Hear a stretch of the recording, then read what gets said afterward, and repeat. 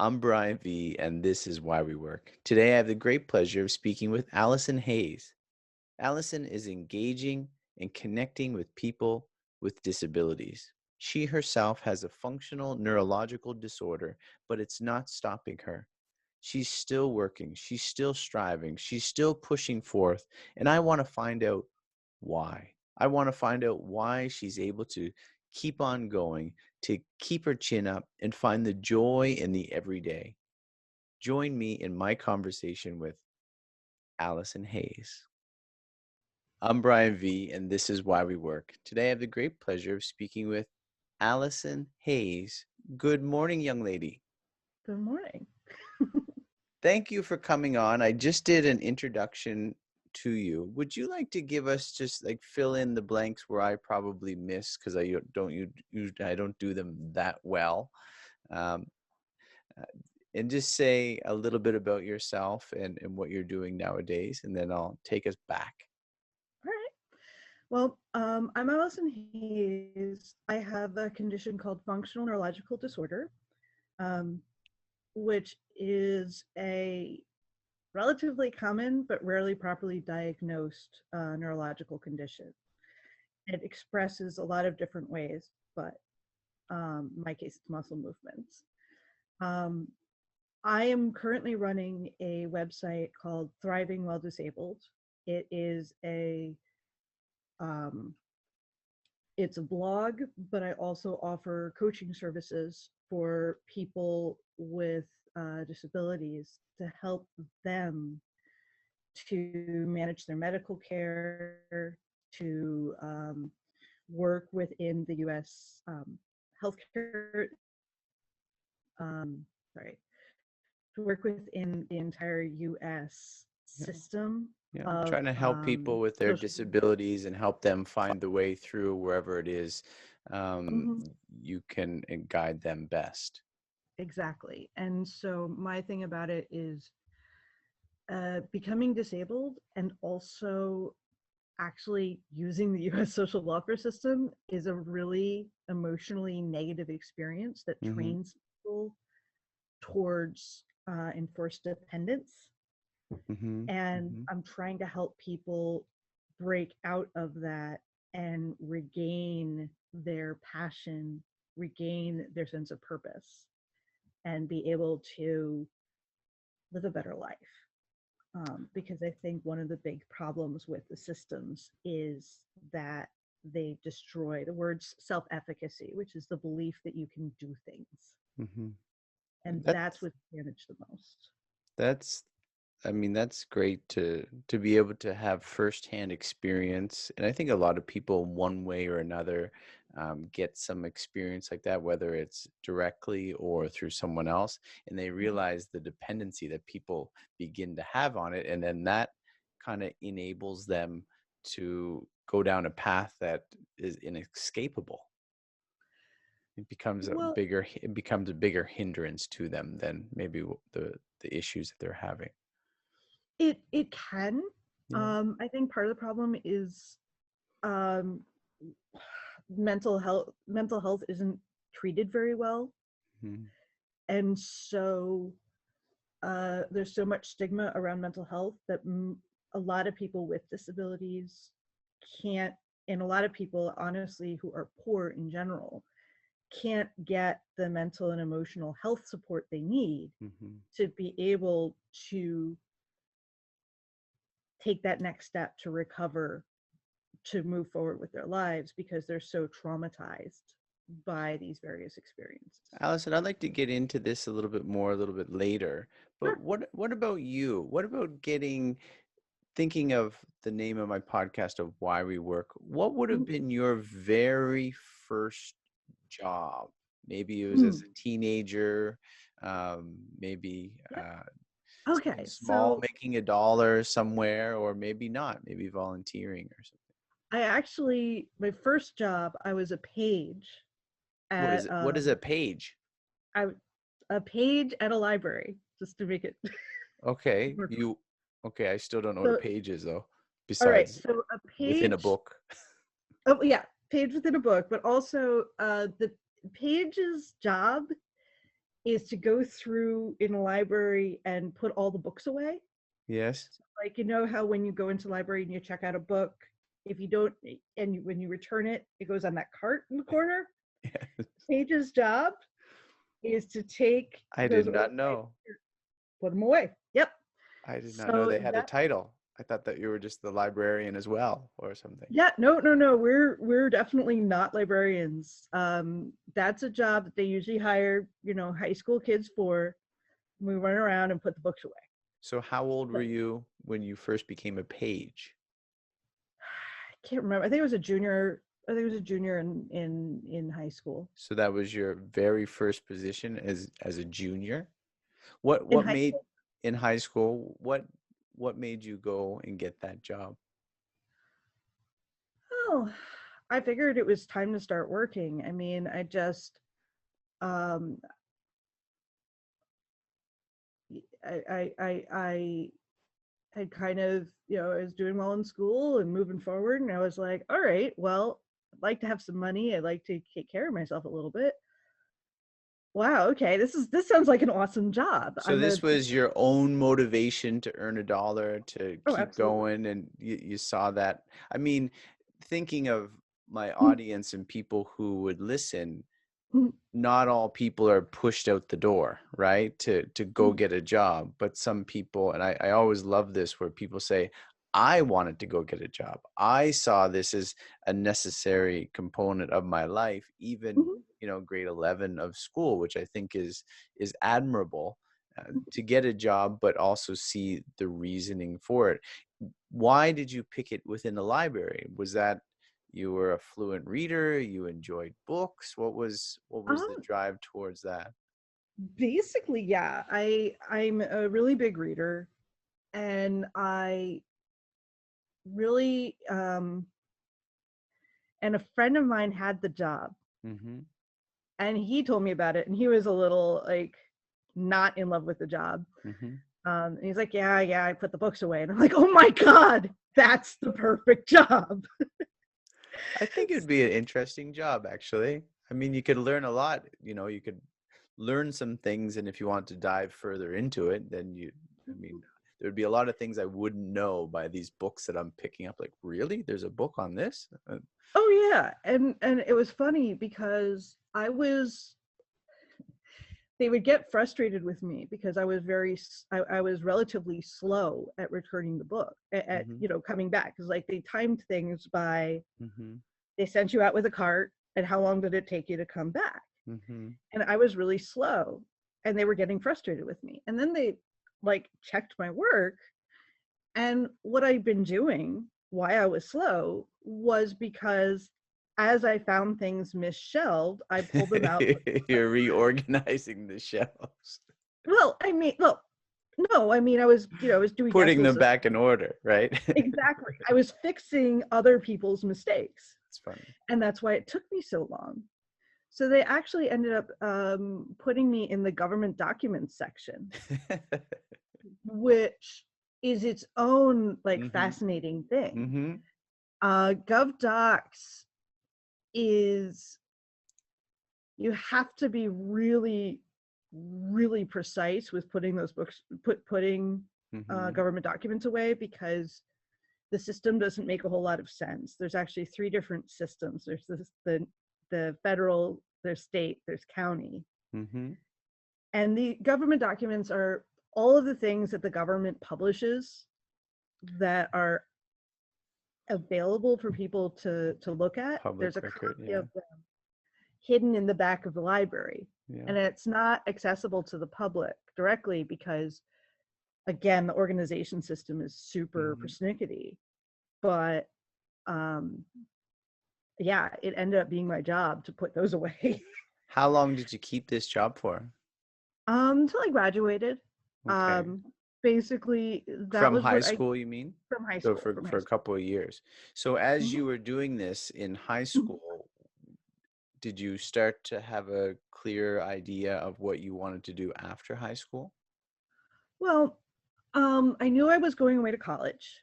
I'm privileged enough that there was no question I was going to college, and I knew I wanted to go into biology. For what reason? I was one of those kids who went out in the backyard when I was really little and flipped over the stones to look at the bugs Mhm. and figure out what they were and how they Yeah, interacted with each other. yeah. I was very much a nature girl, and it just kind of made sense to me. I was also really fascinated by genetics, and Mhm. so like in high school, I took extra science classes, took extra biology, took and it just felt like the right direction for me. Seeing that you're I, hanging out at the library a lot, it kind of all fits. It fits well. So were you oh, going to go far for college, or were you staying in your hometown? oh no, I went about halfway across the country. You're a Um, free bird. You're gone. oh, oh yeah, yeah. I wanted my space, and Mhm. so yeah, I live in central New Jersey, Mm. and I moved to Appleton, Wisconsin for college, Lawrence University. Had you been that far by yourself prior to that point? Yes, yes. So you had experience with going away. You were fine Yes, with that. I had some experience with going away, and Wisconsin was actually somewhere my family had gone on multiple vacations. We'd had Hmm. a summer cottage Hmm. uh, in Wisconsin, and so like it was very natural to me Hmm. to um, to go there. It just the program really spoke to me, and it's a small, cute little campus, and I wanted to be at a smaller institution. And when I visited, I just kind of fell in love. Did Um, did that, you work while you were in college? yes, I did. What? I briefly worked in the I for computer services, Hmm. and then I found my way back to the library. And I went in and I said, I have experience with as a page in government documents, and they're like, Hmm. oh, here's our government documents person, and she was like, oh my god, you've done this before. And I'm like, yeah, it's what I did in high school. And she's like, okay, yep, you're hired.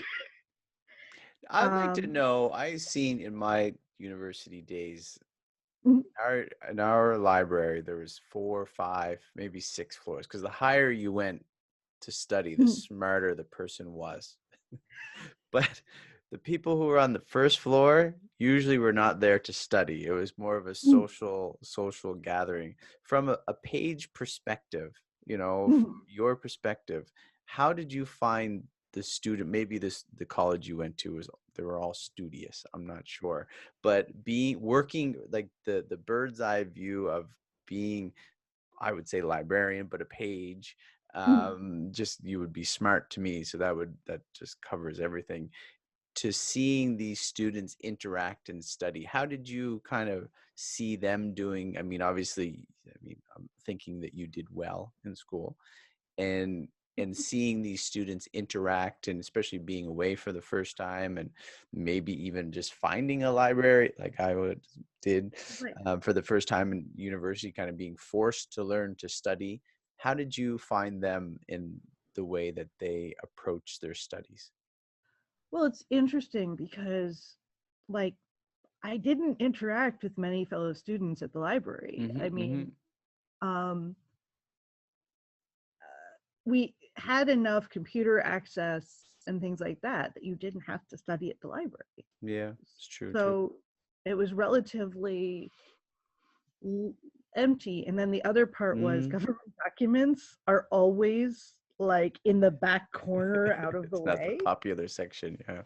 So yeah, so I was so basically it was me and the books, Yeah. and I was just sitting there quietly stacking, organizing, and putting away. Hmm. Unfortunately, it was a very quiet type job, though I'd Did like.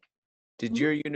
your college have the same sort of split, with the main floor was more socializing, and then second and third kind of plateaued into more studious students, or was it just Um, quiet generally? well, it was quiet, but they also design it that Mhm. way. There's little carrels for people Yes. to study in on the upper floors. Mhm, mhm, mhm. And then on the first floor, it's a very open floor plan. So people can talk there, ask questions, find find what they need, that kind of stuff. So it's one of those things where the first floor is the space to be social if you're going to be social in the library. And then the upper floors are where if you're studying and you've got, I mean, there's little, the carrels were like little walls. They were like Mhm. mini Mm. nooks Yeah. for people to hide in with their books. And like, I did notice there'd be places where there's collections of books that at least appear to be, somebody was doing a really Yeah. deep dive into something. Yeah. I did a lot of And napping up in those second and third floors. It was so quiet. if you're getting a nap, go back to your dorm room. Well, you're right. Sometimes that doesn't work either, depending on your roommate. So as you were progressing through college and working as well, when did you start to, or maybe it was prior to that, figure out what you wanted to do, or what were some things that you thought about doing after graduation? Well, I initially was planning on going into genetics. My advisor was focused on genetics. I um, I took multiple genetics related courses. I was really heading that way, but the lab work for genetics is really boring. It's painful. It's micropipetters and really precise measurements that you can't Hmm. tell if you got it, and it just really turned me off. And at the same time, I did a couple of ecology courses and loved them. Mm. And going way back as a kid, I was very much a nature girl. I was out in the marsh. I was, looking at birds. I was those kinds of things. And so what I ended up doing was focusing on, um, actually, the biggest one was I volunteered um, my freshman year of college. I Mhm. volunteered with the National Marine Fisheries Service. They had a big, um, they have a lab near me, field station really, Mhm. and I spent the summer with working, volunteering with them, and I loved it. I Mhm. absolutely loved it. And so I had this internal war after that: Yeah. genetics or um, marine biology, fishery ecology. And by the end, I'm like, nope, nope. Fishery ecology wins. That's what I'm doing. So did you go on to, I think I read that you went on to get a master's as well, or was there a And gap in between there? huge, Huge gap. life changing. Um, So yeah, so what was the life-changing? my F&D diagnosis. So how long did that happen after your initial degree? My F&D symptoms started my junior year of college Okay. and then went into remission for a few years. I, um, like I said, I decided I really wanted to go into fishery biology. And uh, so my senior year, I went to the marine biological laboratory and studied there for a semester, and then went on and spent a term in London. And then when I came home from that, um, I finished off my degree and then came Okay. back to New Jersey to Okay. work for a, a field station in South Jersey. So you were Uh, dedicated. This is what you wanted to do at that Absolutely. point. Yeah. And I went to the field station. I worked there. I loved the work, but I felt like some of the ways that they were managing things was dangerous. Mm-hmm. Um, and so I ended up leaving that lab, Mm-hmm. and I did education work. Um, I did that most of the summers after college, and I got myself set up teaching kids about marine ecology. Mm-hmm. You know, just hung out on Sandy Hook, where the National Marine Fisheries Service lab was, and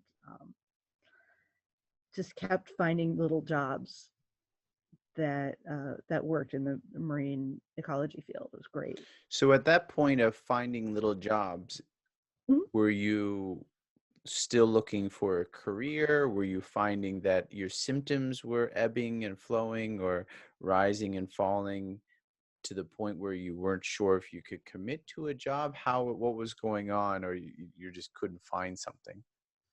Oh, it was. I was getting. I decided that 6 months after graduation, I was going to go explore Australia, Mm-hmm. and so I was taking whatever work I could to bring in little bits of income, so I could go to Australia, Yeah. and I did. I ended up actually working briefly in Australia for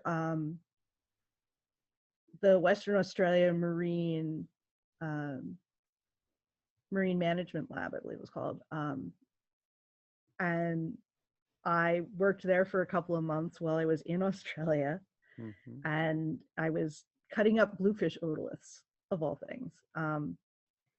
Otoliths are the inner ear bone of a fish. Okay. That must Yeah, be a I know. small slice. I don't know. That's it. Oh, they're tiny. They're tiny. Okay. The otolith itself is something, you'd like gently hold between two fingers. Yeah. And the thing with the otolith is kind of like a tree ring. It tells the story of the Mm-hmm. fish's growth. Mm-hmm. It's something that's always growing, and so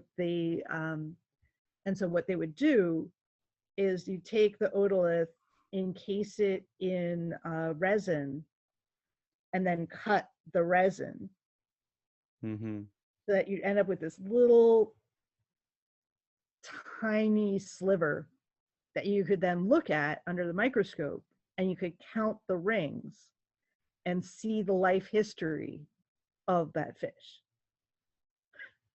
And this, you went to Australia to do this, or you found that when you were there? Something in between. Okay. Basic, Basically, my contacts at the National Marine Fishery Lab knew somebody Mm-hmm. who was in Australia. And so when I said, I want to go to Australia, they said, okay, contact this woman Yeah. and maybe she can give you a job. That's exciting. So, That would be an yeah. exciting experience. Oh, absolutely. And so I Mhm. did. I reached out to her, and she responded maybe a month into my trip and said, yeah, I can hire you in a month. Come on over. I think Um, those types of trips are good for people. I mean, you oh, mentioned you went to London as well, mhm. but especially university students or anyone. But taking a year off, figuring things out, maybe even diving deeper into the thing you want to do, like you did. Did you have a plan for after Australia? Or were you even considering staying there? What was I, your longer term plan? my longer term plan, I actually was thinking about applying to grad school Mm-hmm. for for fishery biology, and I wasn't positive. I got one or two applications out before I went. I talked to a potential lead, somebody who might be hiring, hiring for a master's. Um, oh, I can't remember the right name, but basically it was a position that was for a master's student. So if he Mm-hmm. hired me, I was in as a student. Mm-hmm. Um, but what ended up happening was when I was on my way home and I got the interview, I started shaking and my symptoms came back a little bit. Okay. And um, I ended up saying to myself, don't want to do grad school yet. I don't. I know that's what I need to do to move forward in my chosen field, but I want to take a little more time, get a little more interesting experience, that kind of thing. And So so I your ended up, symptoms, sorry, for your symptoms at this point, were they as severe as they've ever been, or were they no, extreme, at, or they were just minimized and the okay, disorder was I that? didn't have a diagnosis at the time. Basically what was happening was I would have these short period of like my whole body would just shake. And what I'd been told while I was in college was, oh, it's anxiety. Here, take this medicine and maybe you'll feel better. Hmm. And it was dismissed, it was downplayed. And and for me, I had what they I basically, it's called label indifference. It's this very blasé attitude about the symptoms. And for me, I was just like, oh well, whatever, I'm shaking, it's annoying. But I didn't like panic about it. I didn't get really upset about it. I was annoyed that I had these like these periods of like full body shaking, but I didn't think of it as anything other than annoying in the moment. Were they, and this is for listeners of people who Mm. may be experiencing something, were they triggered by something, or would they come out of nowhere as well? It's stress. Yeah. It's stress associated. What it was like, I've been exploring and meeting new people, and this is like my wheelhouse here. I was Hmm. very social, very outgoing, and so I was, cool, I'm meeting people, I'm going places, this is great. And then I Yeah. was interviewing for a position for a Hmm. master, High stakes. to Yeah. work on my master's, and my body's like, nope, you don't want to do this. And so I had this whole, so I had these shaking episodes Hmm. around the interview. And so I'm like, okay, my body's telling me maybe not yet for the master's degree. Cool, I'll go do other things and come Hmm. back to this. Hmm. So what did you do um, while you waited? I I found this job that is my favorite job ever. Um, I was working as a fishery observer on the Gulf of Mexico. Yep, I know. That's a nice vacation spot for a lot of people, I would think. Yeah, it wasn't exactly a vacation. What I was No, doing yeah. was I was literally living on board shrimping boats Hmm. and doing a little bit of helping them with their fishing, but mainly my job Hmm. was to do species surveys Okay. and look and collect samples from their catches Yeah. and see how and use that data to help the larger team see how effective the bycatch reduction device was. As an environmental thing, the shrimping is kind of one of the most wasteful industries as far as sea life. Hmm. They drag their net across the bottom of the ocean floor and pick up everything, Mm. and most of what they pick up dies, Hmm. um, because they dump it on the deck of the ship and Smack it then down, sort yeah. through it and find the shrimp, No water. Hmm. and then eventually they shove it all overboard. But by the time it's overboard, anything that needed water to Hmm. breathe is dead. So It was a good um job, but it was enlightening as well to the. oh, very, yeah. Hmm. And so I loved it because I was out on the water. I was just surrounded by um, all different kinds of really cool creatures I'd never seen before. And my job was to figure out what they were and count them. Hmm. And, certain species that were important for game, it would be weigh them and measure them and get extra information. But it was all, sit out there and go through fish and get to know, get to know them. And it was awesome. I loved it. Did you ever have to sleep out there, or did you just Oh yeah. oh yeah, We were out to overnight? sea. Yeah. First trip, we were out for 21 days. Really? Oh yeah. So I was living on the ship, and How I was long in the did it captain. take you to get your sea legs, as they call them? Or were you okay? Oh no, I puked. But it would take me like a day or so to Yeah. kind of restabilize myself. Mm-hmm. Um, it was mainly we were in a river, and then we go up the river into the ocean, and it was, in the river it was fine. I'm like, oh yeah, everything's good. And then we'd hit the chop of the ocean, and um oh yeah, my first trip, I was leaning over the edge Overboard. and just holding onto my glasses so I wouldn't lose them overboard. And one of the guys in the crew like came over and like gave me a paper towel, and I'm like, thank you. It So how was long did this go for until either symptoms increased or you decided to get your master's? Well, what actually happened was the job lost funding. Okay. It was the end of my second trip, and like I basically went out between Thanksgiving and Christmas.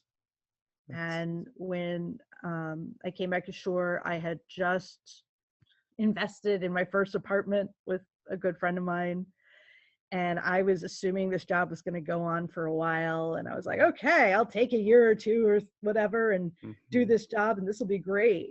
And when we drove back to Galveston, which was our base for the job, basically they're like, yeah, we lost funding and we don't know if this job's going to continue. And I'm like, oh, okay. And they're like, yeah, we're going to try. And Mm-hmm. I'm like, okay. And I was left with this really, really deep uncertainty. Did that They also increase some stress in your life as well? absolutely. And Mm-hmm. that was when the symptoms really Ramped up. started coming back. It was that really deep uncertainty of, do I have a job? Mm-hmm. Is it going to continue? I love this job. I'm willing to hang out and wait a bit for this job, Mm-hmm. but is it going to continue? And yeah, well, and so basically I came back, I moved into the apartment with my friend, and I had no idea how I was going to keep paying for it. Mm-hmm. But I hoped and figured that I'd have work again. I just didn't know what the wait was going to be, and I didn't think about applying for unemployment. It just never crossed my mind. Yeah. um, I was young and inexperienced, you know what I mean? Like, I didn't think of that. Mm-hmm. And um and the other part of this is, most of the work in my chosen field is in the summer. Yeah. So Seasonal work. like Yeah. very seasonal. So most field tech, lab tech type positions start spring into summer and end at some point in the fall. Yeah. And so I was going into January, and so there was nothing. Um, Mm. that was a year-round job. It just lost funding, so I didn't, so I wasn't sure what to do with myself, and that uncertainty um, ended up triggering new symptoms. I started having urinary problems and just constantly needing to go to the bathroom, and I didn't know why. And I started going to different doctors to try to figure it out, and nobody had a clue what was wrong. Um, and so I basically ended up spending the next several months like really uncomfortable and trying to figure out what was happening. So it was like this, I started noticing the increase in like January into February. And so by March, I was seeing doctors and just trying to figure it out. And And I they could did only call me. Yes, imagine sir. that it's progressively getting worse too because the uncertainty is increasing and Oh yeah. no job even longer, no money, no all of these Yeah. problems. So then it's in not getting a solution. So Mhm. it's just ramping up for you. I can only Mhm. imagine that it was really hard to manage at that point. Exactly. And so it was just this, I didn't know what to do, and I didn't know why I was having these symptoms, and it was just feeding on itself, really. Hmm. They did end up calling me with a job, but at that point, I I was being catheterized to try to give my bladder a break. And Hmm. literally they were like, "Yeah, come out on Friday." And I'm like, I'm getting the catheter out on Friday. I can't be on a plane too, you know?" Mm. And so I ended up saying I can't, and they never called me again. Mm. And I was like, okay, now it's starting to head into spring, and I'm like, I'm going to find a new job. That's what I'm going to do. I'm going to Mhm. ignore the bladder stuff. I'm just going to find a Mhm. new job because I don't know what else to do. And I did. Um, I started working in South Jersey um, with a group that was studying red knots. And so I was, red knots are a species of bird that's endangered. Um, it's pretty cool. They migrate between Tierra del Fuego and Alaska, not Alaska, sorry, the North Pole. Mhm. They nest up there and they winter. Um, It's interesting yeah. you're staying through this time pretty consistent with your job search, right? Oh, Like absolutely. you're Yeah. you're Like I mean, pinpointed. I had periods where I was just like, oh my god, but I was trying to distract myself, really. Mhm. So I was keeping an eye out. I interviewed for a job at the National Marine Fisheries Service, but they weren't getting back to me. And I ended up getting hired um, to do the red knot job. And I did for I did that job for several weeks. I loved it. And then I found out that I had that the National Marine Fisheries Service was willing to hire me, and it was a better paying position that was much closer to home, Mhm. and I was very interested in doing that. Um, and I had a couple of other like positive stresses. I had a friend, my first friend who was expecting a child gave birth to her baby, Mhm. and another friend, we set up a birthday party for him. But at the towards the end of that birthday party, like everything happened that one weekend. You know, So a yeah, friend had the baby. could you explain positive stresses? Sure, sure, sure. Okay, so usually when people talk about stress, they Yep. think about it as a negative thing. Mhm. Mhm. The stress of worrying about losing your job, the stress of feeling sick, those kinds of things. But there's also what they call a eustress, positive stress, Mhm. and that's excitement. That's when you've got a job and you're in the flow, that's a form of eustress, positive Mhm. stress. Anything that gets your system going a bit, but is positive, is hopeful, is Mhm. energizing. Seeing your friends for the first time in a while, Mhm. that's all positive stress. And our bodies actually react to it in a similar way. Like there's endorphins flowing, there's energy, all those things. And so my symptoms are actually responsive Mhm. to positive stress as well as negative stress. So your friend's having a baby and and your symptoms are peaking. The symptoms go up. Yep. And so all of that together, um, after, we're at my friend's birthday party, and my body's just like, nope, done. And my whole body started just a little stronger than trembling, but shaking. Mhm. every inch of me was just shaking, shaking, shaking, and I couldn't stop shaking. And that lasted for More so than it's ever your body has ever shaked prior well, to that, or similar? usually in the past it would be, you know, I'd shake for like 30 seconds Mm, and then it would stop. Or I'd have like these like violent movements where my arms would go out, and that would happen once or twice and mhm. then it would stop. This was continuous Violent, yeah. full body tremoring. And it was kind of this, I can't ignore this one.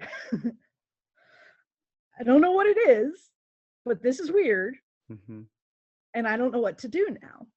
And what ended up happening was my boyfriend at the time took me up to my parents' house. And then they and I called a neurologist that I'd seen when I didn't have any symptoms Mhm. and said, "This is going on. Now what?" And he said, "Okay, I think it's time. Come into the hospital. We'll do some extra testing and we'll try to figure out what this is." And um, I did.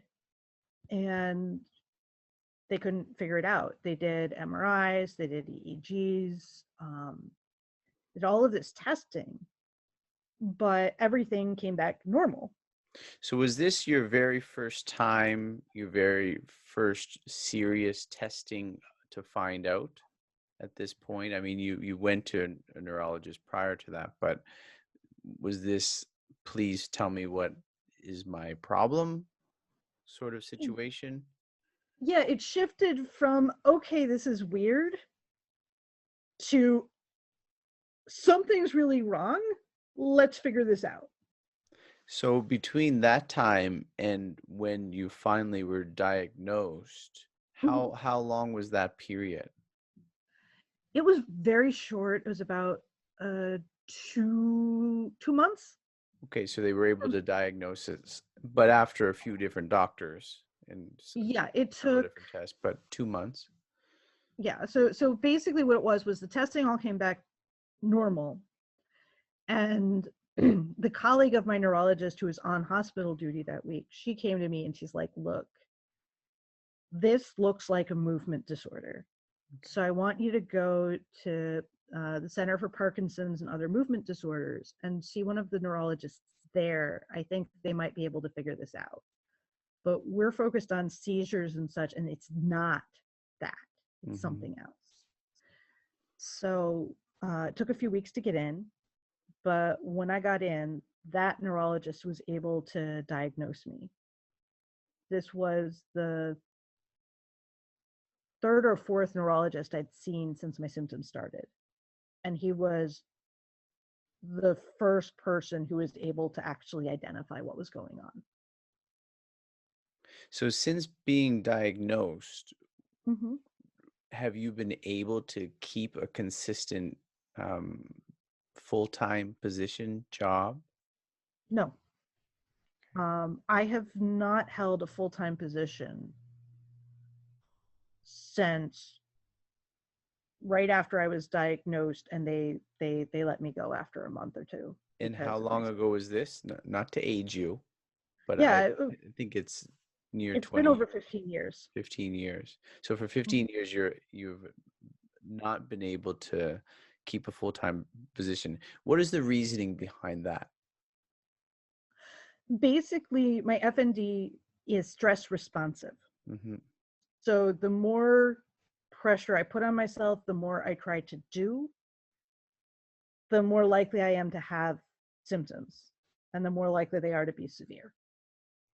So what I've found is every time I work or try to work, I'll reach a point where either the job stress or my life stress triggers some really severe symptoms. Hmm. And then I can't keep doing the work for at least So, a while. so even though you've not been able to work with I haven't been able to work full time. full I've done time, a lot of part time is there things. something most recently that you've been doing for a longer period of time, or is it just every once in a while, periodic? Well, I've been running my blog for 2 years, Mm-hmm. but I worked in a different field, geographic information systems, for You pick some pretty tough jobs in the first place. I think I would be stressed too at some of these things. So maybe, I don't know, go back to Page. I don't know, whatever. Those are tough gigs. You're on the shrimp boat. That can't be easy. Oh yeah, no, and I couldn't ever go back to something like that, unfortunately. Like I said, it was one of my favorite jobs, Mm-hmm. but it's not something I can do with the way my symptoms work, because the reason I had to leave fishery biology was because the work was either field work, where Mm. we're out tromping through the marsh or running on the beach, or various things that have like physical demands combined with having to do really fine detailed work. Mm-hmm.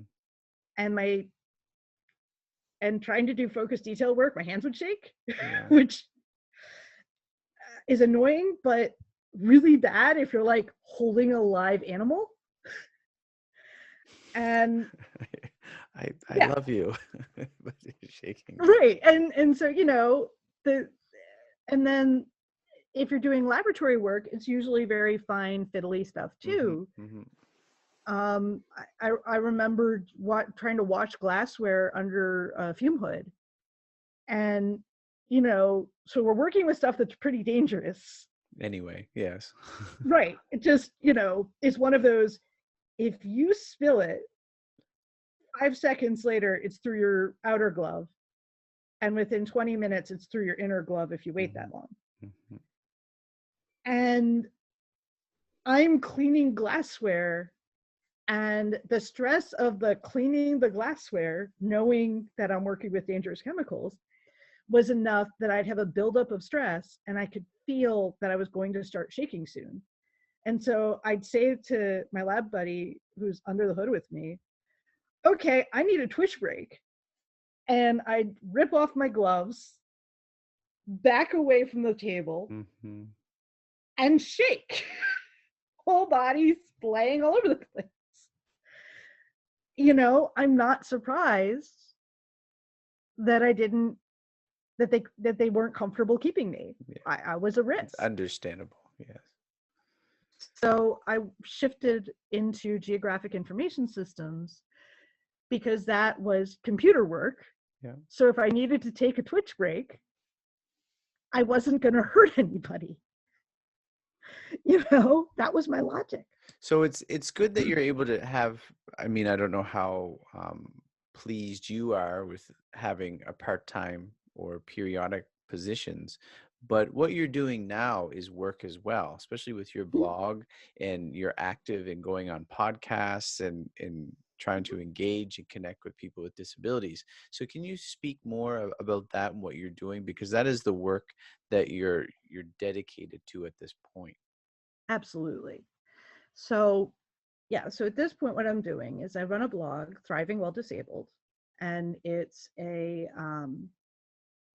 all built around creating your best life while living with a disability, one problem at a time. And so I talk about the social welfare system, because I've been on the entitlements program SSDI since basically since I What's that? applied. Social Security disability insurance? Something? Yes.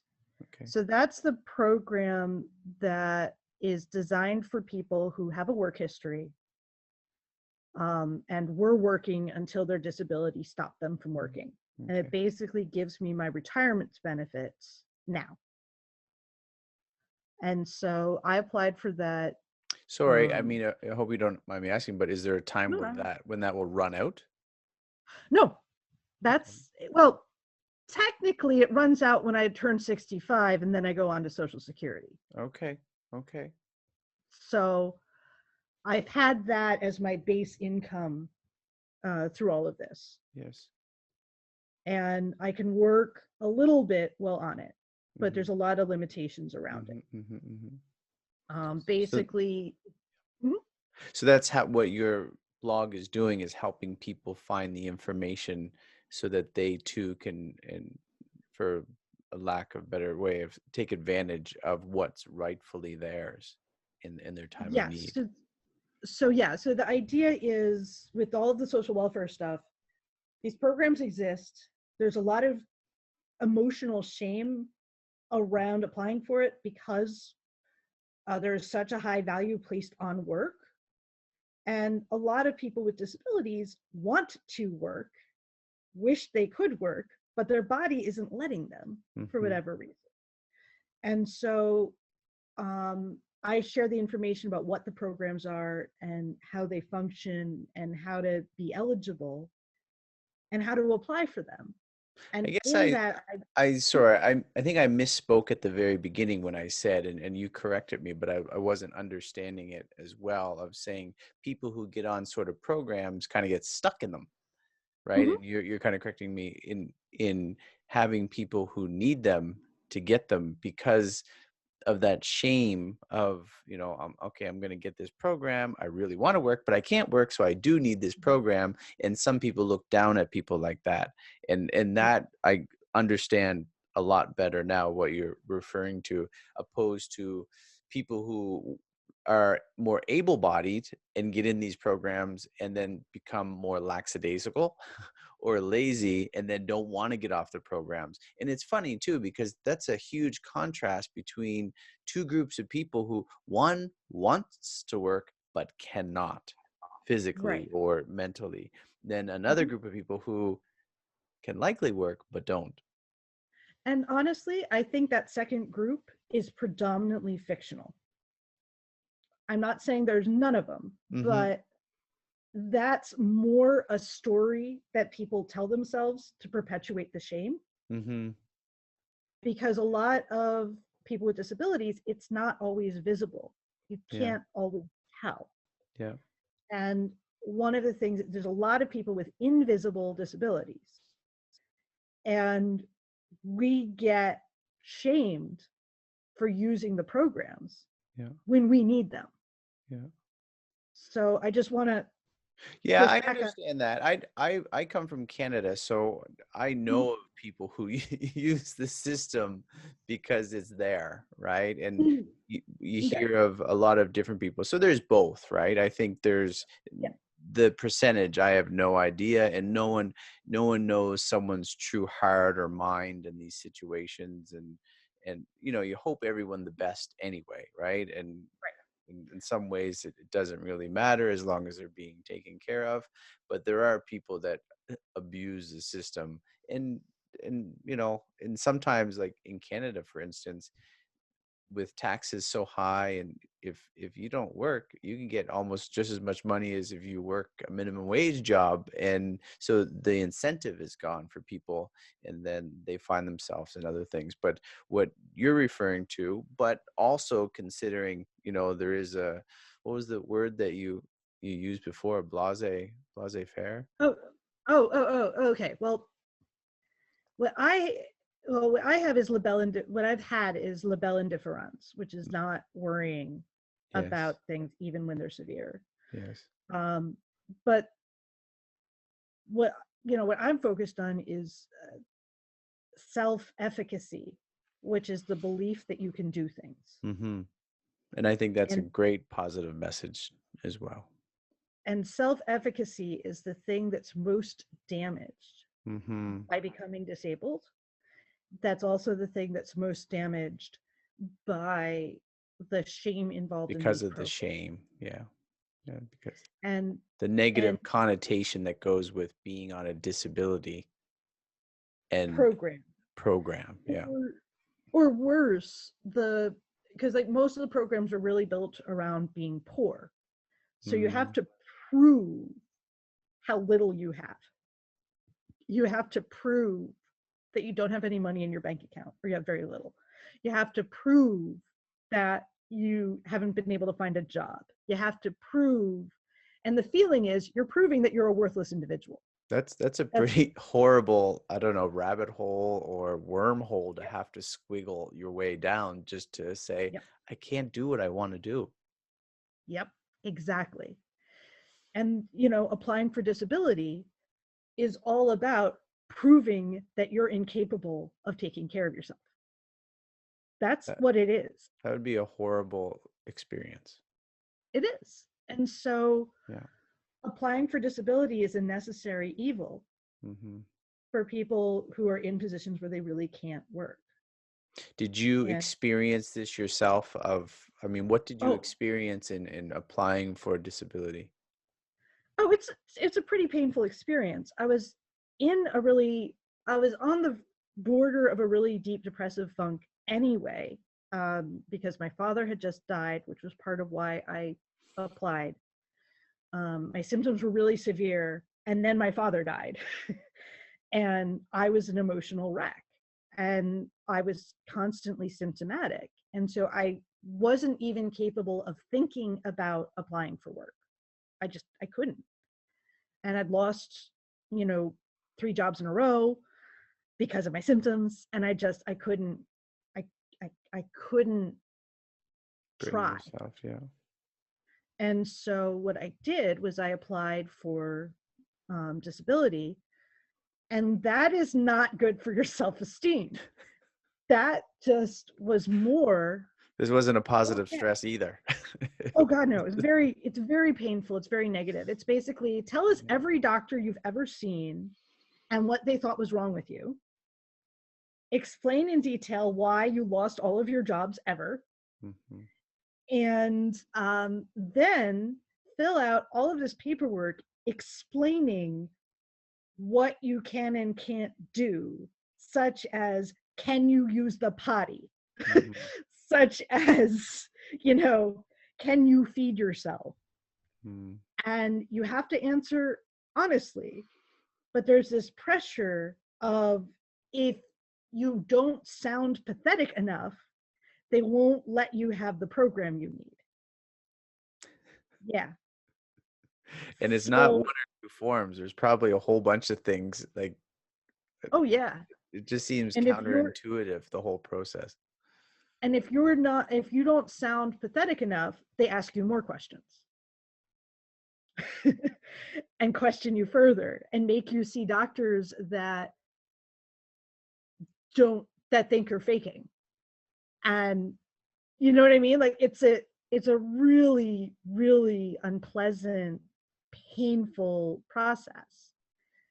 And so even me, who's got this strong work ethic, that didn't back down, that always was trying, that pushed myself, I was really stuck for a year or so from, the combination of my life events and then reinforcing all the negative messages by applying for this program I needed.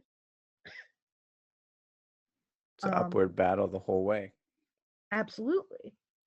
And, and I've had times where I've been on SNAP, the food stamps benefit. I've had times where I used there's also, it's called LIHEAP, the low income heat and energy assistance program. Mhm. I've had points where I needed those programs and points where I was too high income to be eligible for those programs. And, you know, applying is painful.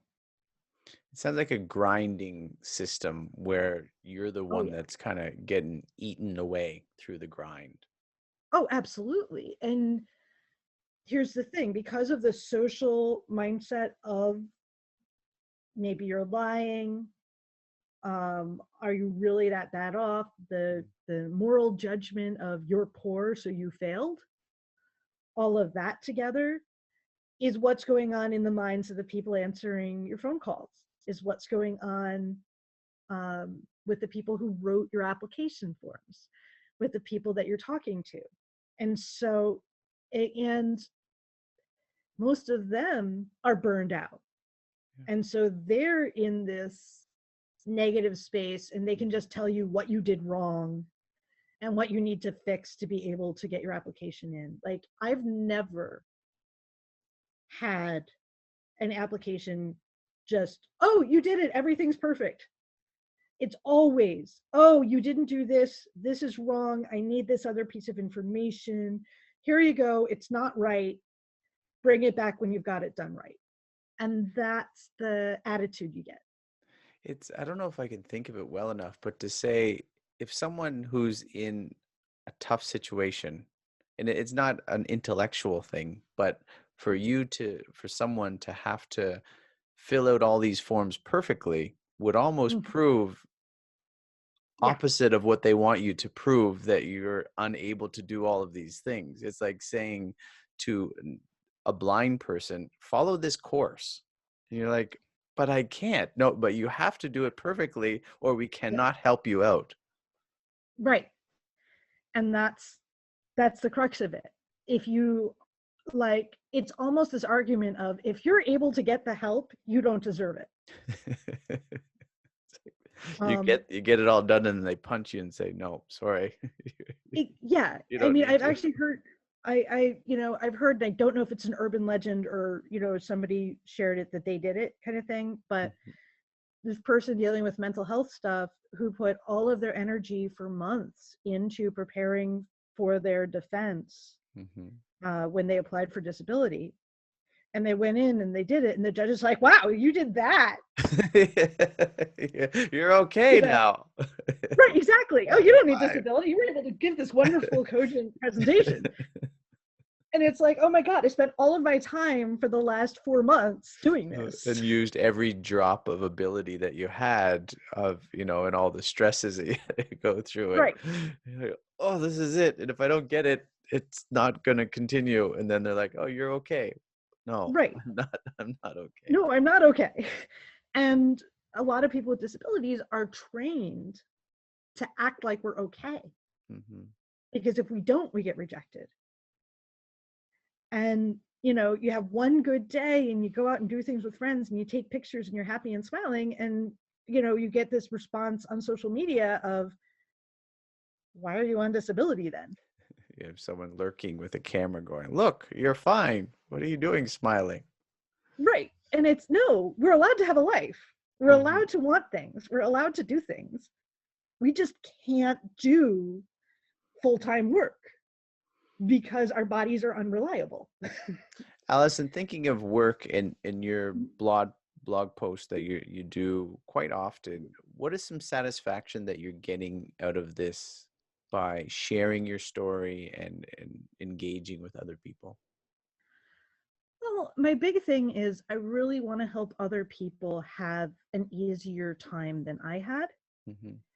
And I'm also very aware that I've been very privileged. My family has always been supportive, my both financially and emotionally.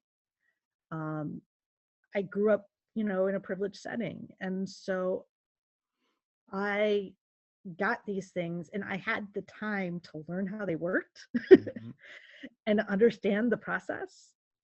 And so I'm trying to put everything out there so that other people who don't have that energy can hear, no, it is hard and it feels hard, and that's just the way it's designed, but it's not your fault and you can do it.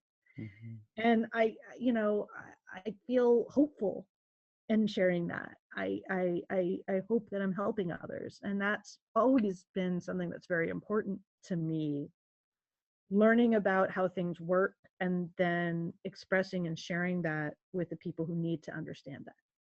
Allison, what would you That's like people to know about you or the work that you're doing so they can have a better understanding of you, maybe a better appreciation of what you're trying to accomplish? well, I came into all of this because I struggled through all of the working stuff that I had to do. Hmm. Um, and I got on the system because I had to, and it helped me have the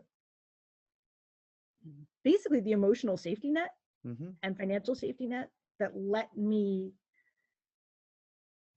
do whatever I could do in the moment. Um, I view I view being healthy, getting healthy, managing my symptoms, that's my full-time job. And my goal is to always, to, whenever I've got the extra energy, to use that to help other disabled people Mhm. get themselves to a place of stability so they can focus on healing themselves. And it's only if you're feeling whole that you can really give. You can't pour from an empty cup. And so I view getting on these programs as trying to refill my cup, or at least, patch up the cracks Yeah. so Mhm. that I can fill the cup so then I can share with others. How do Um, you how do you stay productive? How do you keep filling that cup? well, I've got a bit of a self-care routine, Mhm. and I also have found treatment programs and different things that work well. For me personally, it's a combination of regular exercise, um, regular meditation, uh, learning how to like manage my feelings and my symptoms, and making sure that I don't push myself too hard. Because what I find is I'm a person of like action and push, and I want to do everything. Mm. And if I try to do everything, I'm going to get nothing done. So it's about finding that balance for me of doing enough to feel satisfied and productive without being too exhausted the next day, What and knowing keeps if I'm you going to. efficient? What keeps you what is there something, a tool that you use that it kind of keeps you on track? Especially it seems like opposed to asking someone who works full time about their work, the work that you're doing is on yourself, Mhm. right? And then you're able to free yourself up to do some of the things you enjoy. So is Yes, there a tool that you use to help you stay efficient? I have to create a schedule for myself. Hmm. Um, Most people have built-in structures, like your job, your hours. You've got these things that are like, I have to be here at Hmm. this time, and then you Hmm. can build around that. I don't have any of that, and that's one of, I think, the struggles that disabled people have. We don't have as much structure automatically as people do. And so I created a structure of, self-care tasks and working and things like that for myself. But I have to build in flexibility, because one of the problems is my body's unreliable. I have good Hmm. days, I have bad days. And so I have this ideal day list that starts with getting up for a walk at 6 a.m. and just Hmm. goes from there. Um, and I usually don't get everything on that list done, but I'm okay with that. Hmm.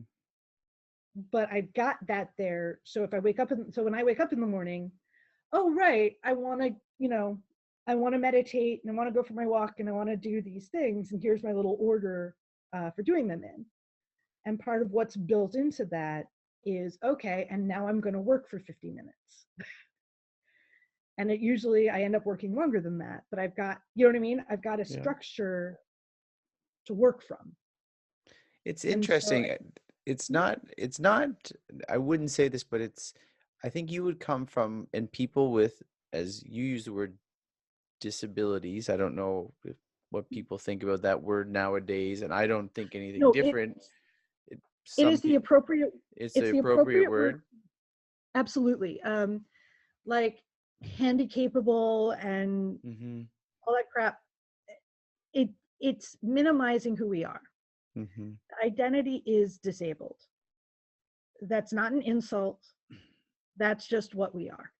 So We have with that, with disabled, I don't know if this is the right way to look at it, but like a prisoner in jail, you would have a very interesting perspective. Like a prisoner in jail would would hopefully clearly define what they would like to do if they were out of prison, or they know what they would like to do. And in this case, being disabled, you know what you would like to do if you could just work. So in the working, just in the area of working and being able to go full time. So do you have any work life, so people getting into work? So I mean, for you, you were a page when you were younger and you worked in the library and you did all these other jobs. Do you have advice for people who are getting into work? And I maybe you want to comment too on me saying it's like being locked in, and but you would have Yeah. an interesting perspective because you're like, listen, it's like having grandchildren or something. Please listen to me. I have some very good advice because I know if I could just do this, I would certainly do it this way. All right. So yeah, the prison argument hits me wrong. It's Okay. Yeah, I thought so. our bodies are unreliable, Mm-hmm. but part of the goal with being able to really understand and manage your disability is to befriend it, is to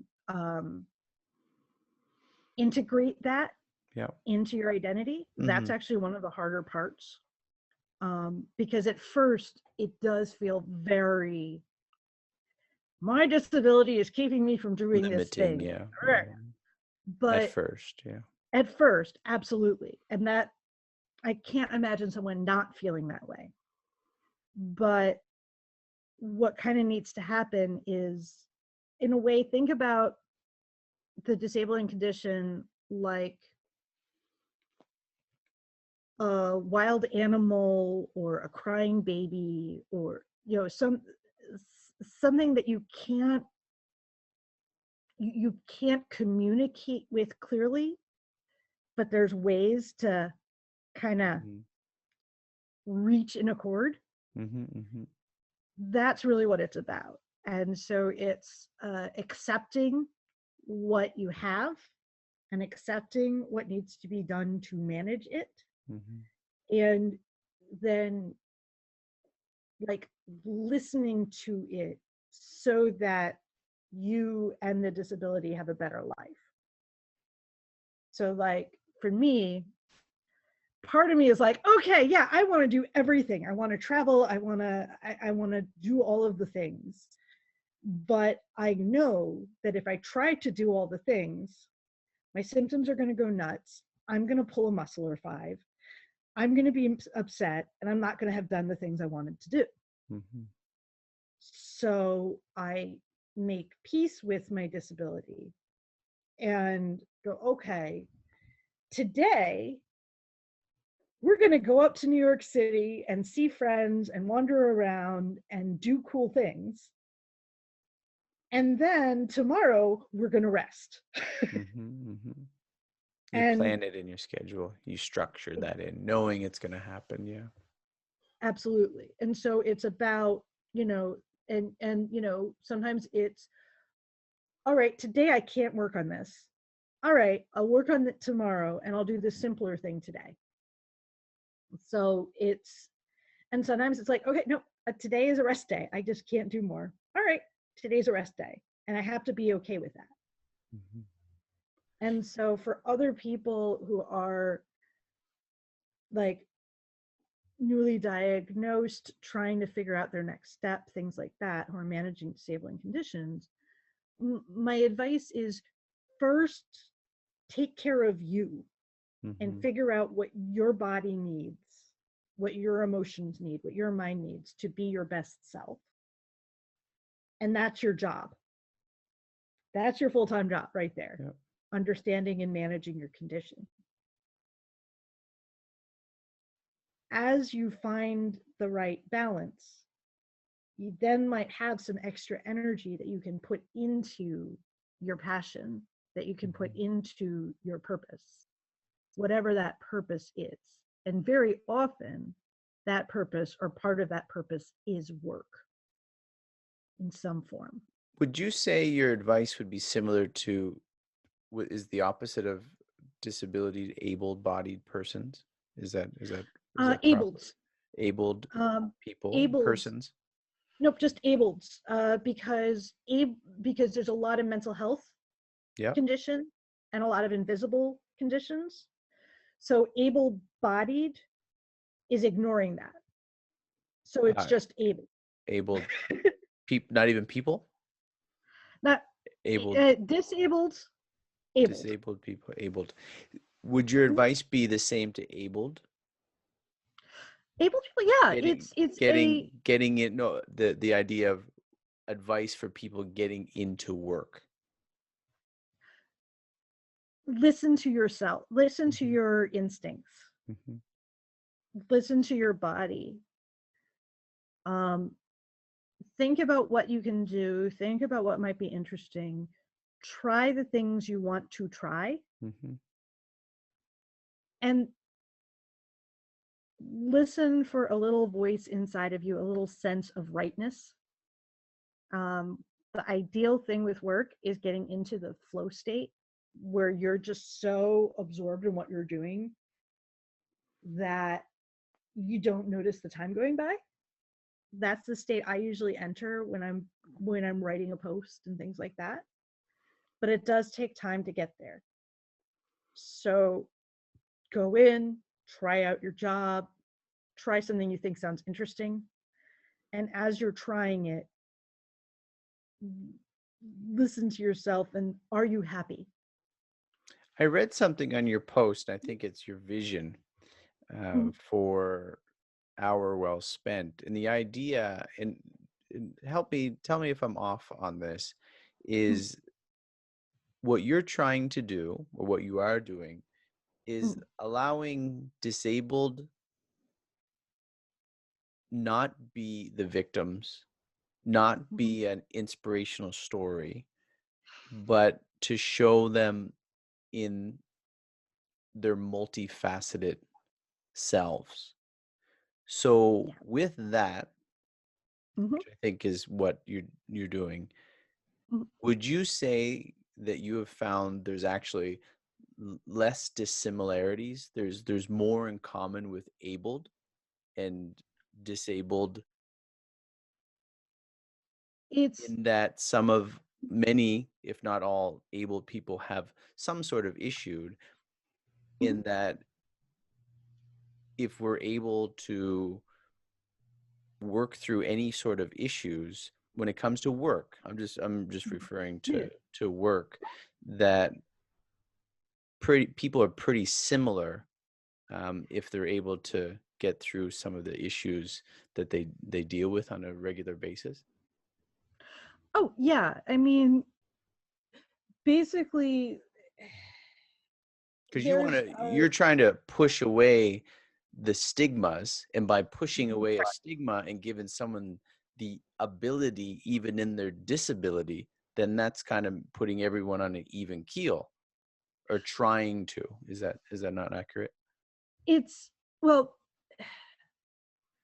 it's that for so many people with disabilities, we're told we're burdens and we're told we're a drag on society. And the only time you see disabled people is the stories around they're disabled and then they magically get better, or the the story is, wow, what an inspiration they are Hmm, because hmm, they walked. And it's hmm. like, no, no, no, no, no, we we can do cool things. Yeah, yeah, Let us do cool things, let us yeah. feel good about enough about, because anybody, if they Hmm. feel bad, if they feel like a failure, it's really hard to do other things well.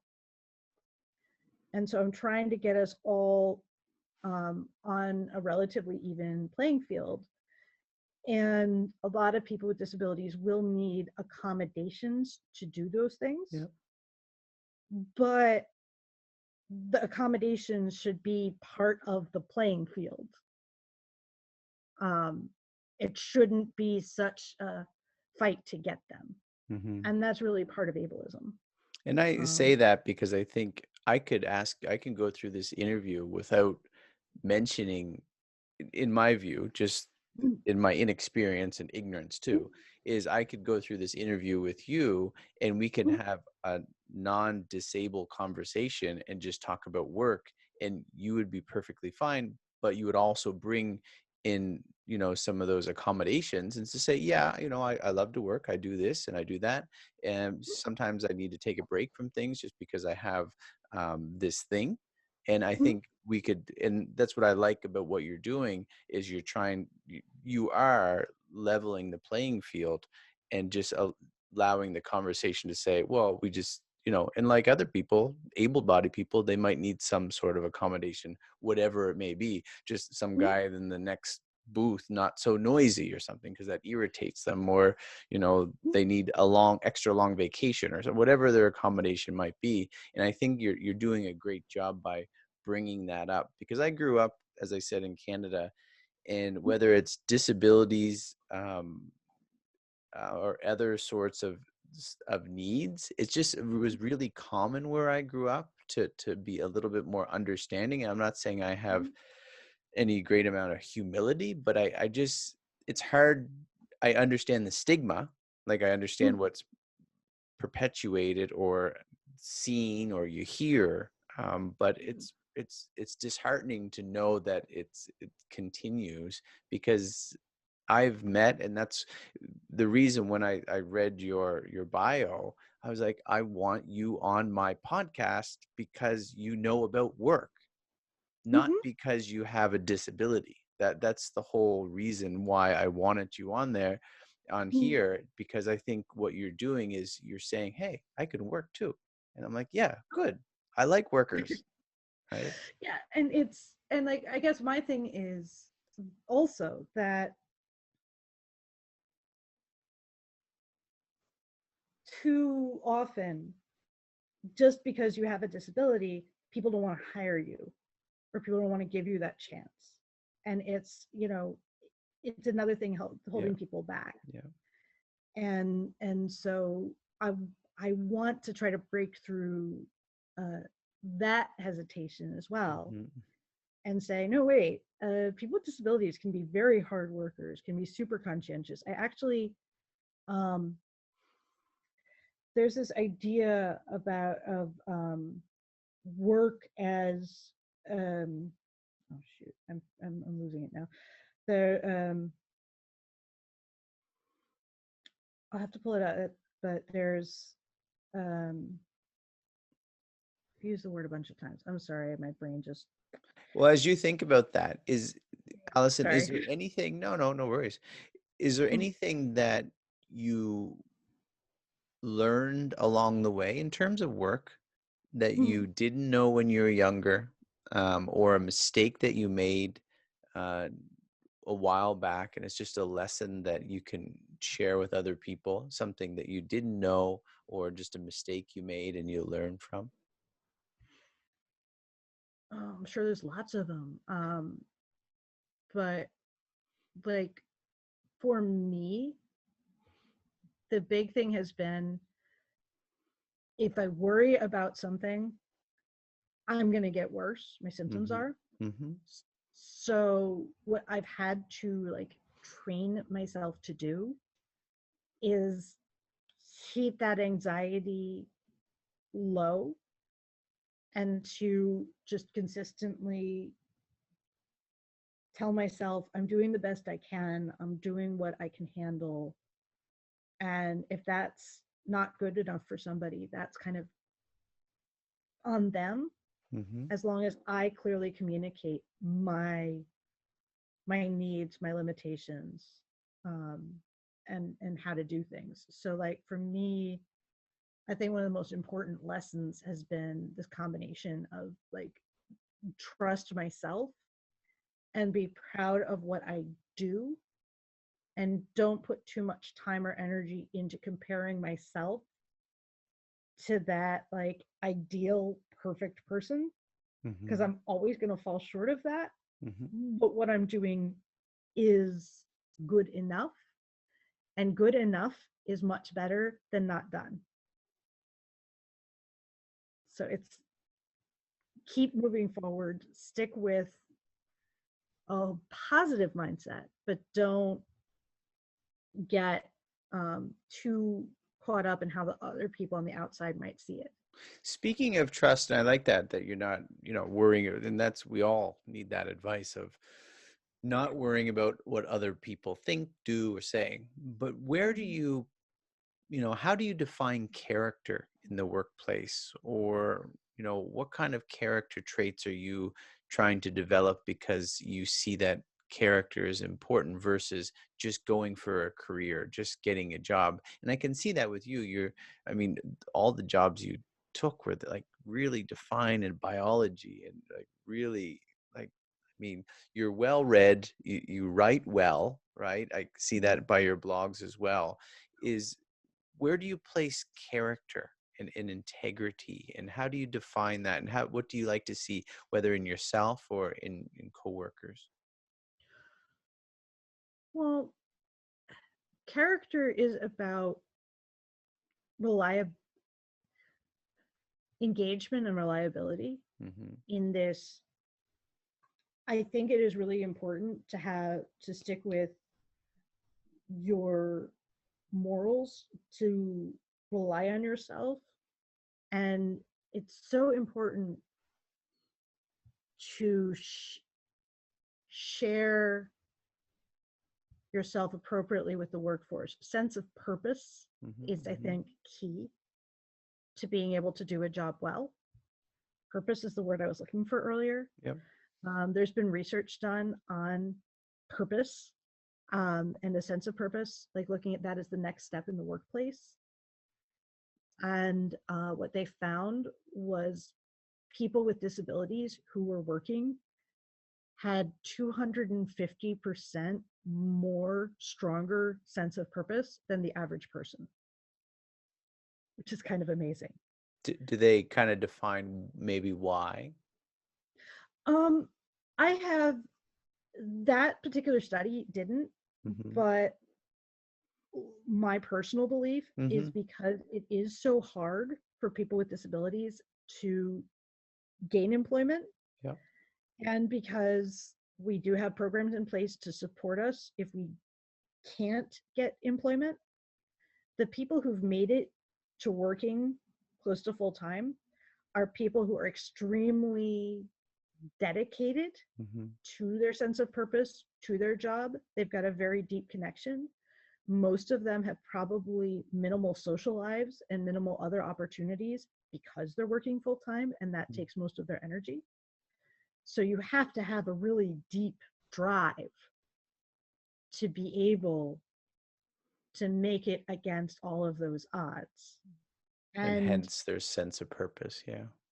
is so much higher. Yeah, that's my layperson's understanding. But I just remember that they did their study, and I don't know how big their sample size was of disabled people who were working, but it was a very impressive number and a very impressive percentage. It's yeah, one of the um, there, there's a very good book about purpose in the workplace, Mm. and that's um, what drove me. That the guy who co-created it is now running a group called Imperative, and they're just all about studying purpose in the workplace. Mhm.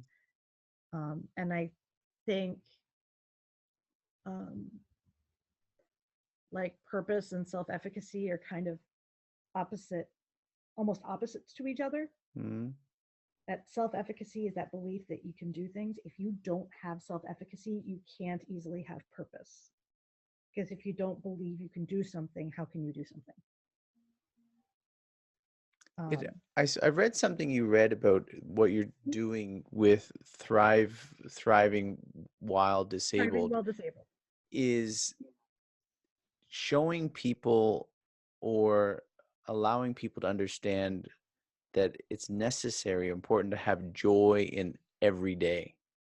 Absolutely. How do you do that yourself, or how do you show that to other people to find joy in the everyday things of life? Well, I mean, one thing that I do is I go for walks most days, Yeah. and I'm right next to this beautiful nature trail. And so I'll go out for that walk and make sure that while I'm out there, I'm looking for the birds and appreciating what I see, that I'm, enjoying the fresh air on me. And I'm just focusing. It's kind of a form of mindfulness, just letting yourself absorb what's going on around you and finding the joy in it.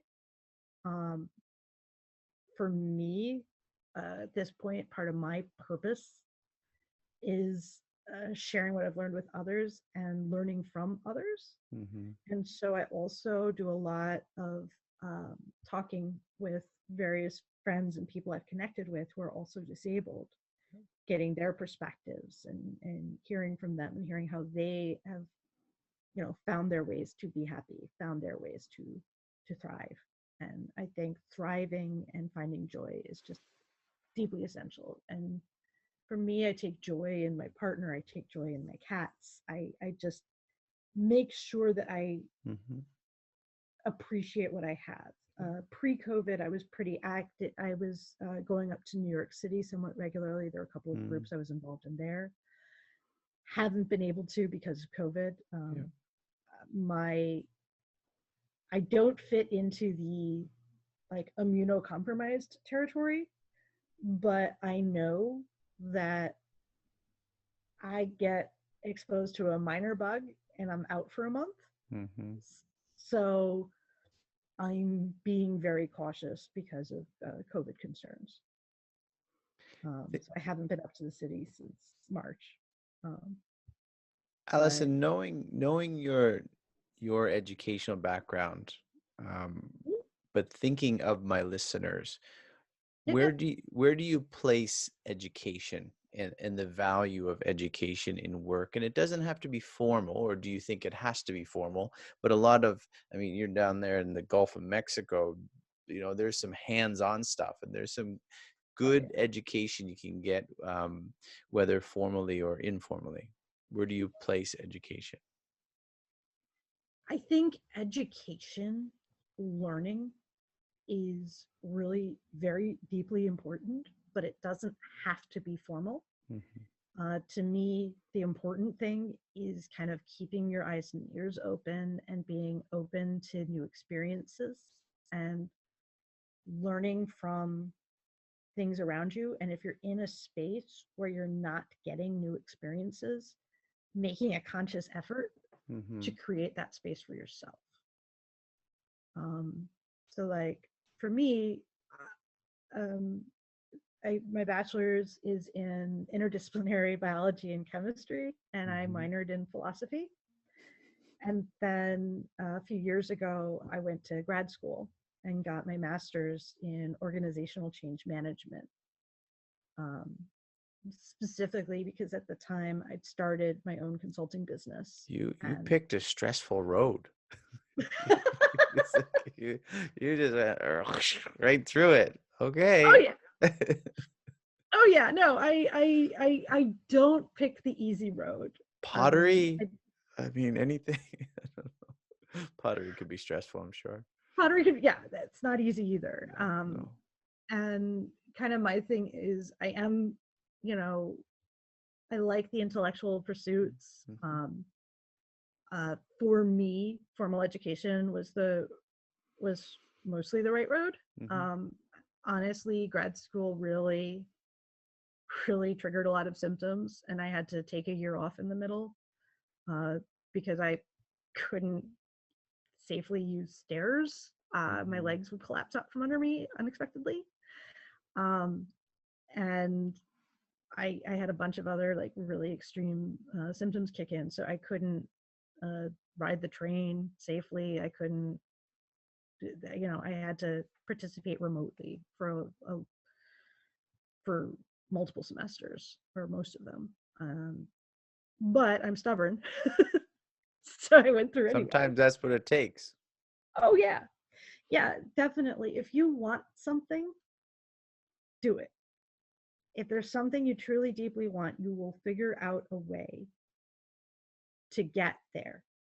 Well, And I Allison, this think, is yeah. this is what one of my last couple of questions I have here for Mhm. you is what encouragement do you have? And you're kind of throwing it out there now, but the encouragement that you have for people who might be able, Mhm. disabled, they're they're in the midst of COVID, they're just, they might have lost a job, they might have lost a father or a mother, but the idea of working and the work is good and work can be tough. Do you have any words of encouragement? It is always good to have a sense of purpose, to Mm, have a goal to aim for. And very, very often, work is that purpose, is that goal. And there's nothing wrong with that. mhm. Um, I do think sometimes you might need to temporarily focus your purpose inward and focus on self care. And that's okay too. And that can be a very healthy thing. So if you're having trouble finding purpose in your work in the moment, think about what else gives you that sense of purpose and use that to get yourself forward until you're in that position to find your purpose and work again. Because I think that's really important. That's one of my big lessons, that sometimes my job is to take care of myself and get myself healthy. Mhm. And what I do is whenever I can't work because my symptoms are too bad or Yep. because things are not, things are out of my control, I shift the focus to managing myself. And then when I have that energy again, I put it back into my work. And that's how I'm able to work as consistently as I am. So I think that's a focus on your purpose. Mhm. And very often that will get you to the right work. But if you need to take a little time to internally focus, that's healthy too. Allison, how can people reach you? How can people find you? All right. My blog is www.thrivingwelldisabled.com. Um, THRIVING. Um, and I also am on, I have a Facebook page and a Facebook group. If you Mhm. just search for Thriving Well Disabled, it'll pop. And I've got a Twitter account,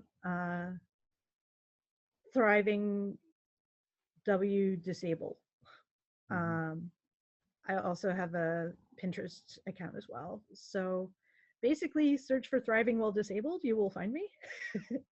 It's a good name. um, yeah, I'm proud of it because a lot of people with disabilities are just feel like all they can do is struggle.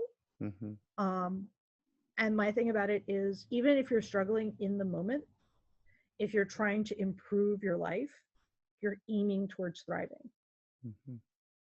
And like, that's the goal. The goal is to thrive. Yeah. The goal isn't to survive. The goal is to thrive.